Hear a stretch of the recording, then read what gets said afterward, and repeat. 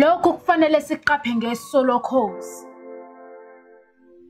Bakwethu singaloku sahlale saziwa ngokugxeka nokungalandeli imigomo nemibandela. Ngoba kubi maduze kuyasilandela.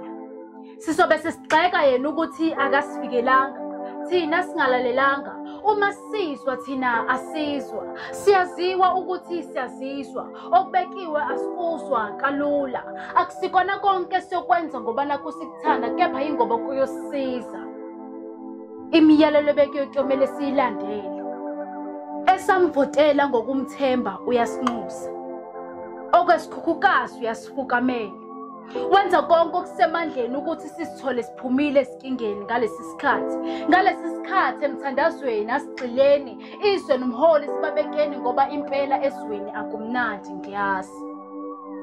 Ngiyazi kubukeka kukubi noma kungaqondakali. Mina nginethemba lokuthi hleze bazosikhipha kulolu bhuku lamanqe esibisha kancane kancane kulo thina. Thina ekumele sikwenze ukuthatha isiyalo sabaphezulu ngale mzuzu ngoba kule mzuzu esikuyo inkana isoze yasikhipha kule nkahlamba yalolu bhubhane. Ubumbani lona losinqobisa, ubudedengu buzosiluzisa sibekeni eceleni lana siyasizwa. Ngiyathemba niyangizwa. Lokhu kufanele siqaphe ngesolokhozi. Bakwethu singaloku sahlale saziwa ngokugxeka nokungalandeli imigomo nemibandela.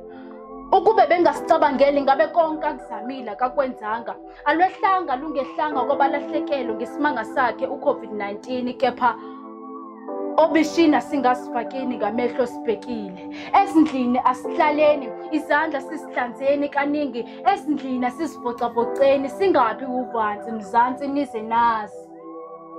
Imishini nevision ukunciphisa isibalo sabahlaselekile yile COVID-19. #sonke sizonqoba. Tumie the poet from Love Production.